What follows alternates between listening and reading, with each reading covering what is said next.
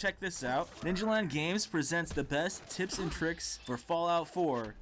Straight up, let's jump into the first tip, and that is you can dodge enemies' attacks if you time your VATS correctly. So what you want to do here is you never want to use your full VATS all at once. Instead, you want to use one single timed attack at the correct timing when your opponent is trying to attack you. So let's see some examples here. Go ahead and watch the video as I show some of these examples. When you trigger one of your melee attacks, your character will actually dash towards your opponent. If you time your melee hits correctly, you'll be able to dodge enemy attacks.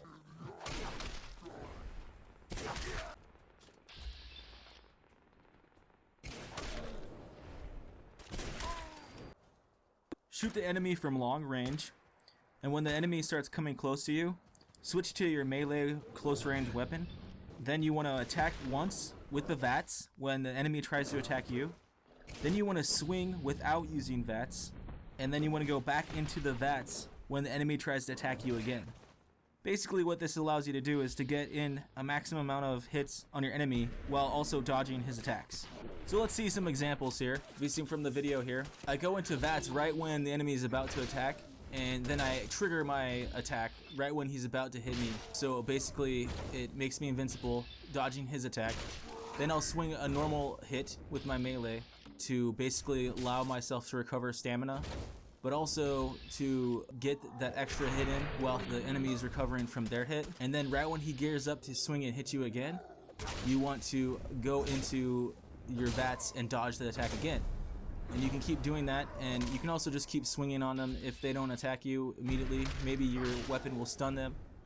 But if you see from all these examples, it works really good. So if you buff up your melee skills in this game, you'll be able to really utilize that to take out huge groups of enemies. You also be sure you can be able to dash towards enemies to get closer to melee dodge technique on them as well.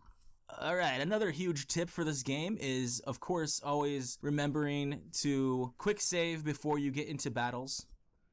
This game, if you die in a battle, you can lose lots of progress, and the autosave functionality doesn't always work, so you always want to use your quick save. Right before you get into a battle, quick save.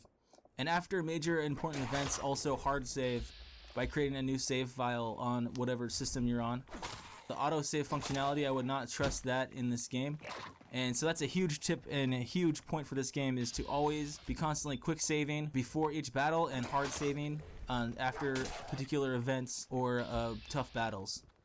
Alright, next tip up is you can actually sleep for 1 hour. If you sleep for 1 hour, you'll get all of your life back. And so if you ever find a bed laying around in the environment, you can just easily get all of your life back by sleeping for 1 hour. It's a quick little tip for you there too. I came up with all these tips based on a full playthrough of the game. So the last part of this video, I'm gonna go through all of the different perks system. I'll tell you which perks I felt like were more valuable than other perks, and which how you want to level your character. Of course, there's lots of different tracks and different skill sets you can take in this game. I'm just going to give you my opinion, and so let's go over that now.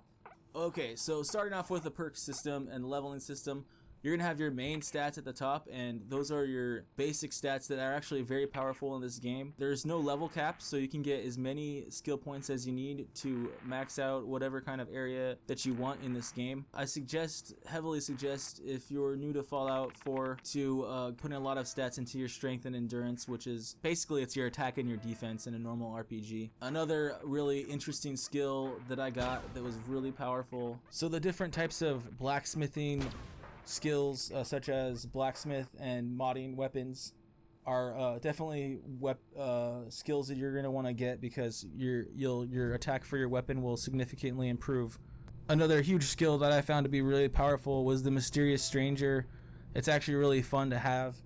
You're going to need to get some luck to be able to get it, but leveling that thing up can be very powerful. Usually the Mysterious Stranger will come in at random times, and he can completely kill enemies immediately. So if you want to be really powerful on the melee, look at increasing your melee stats, which is your strength, but also into the baseball bat one, and also your melee weapon upgrading skill.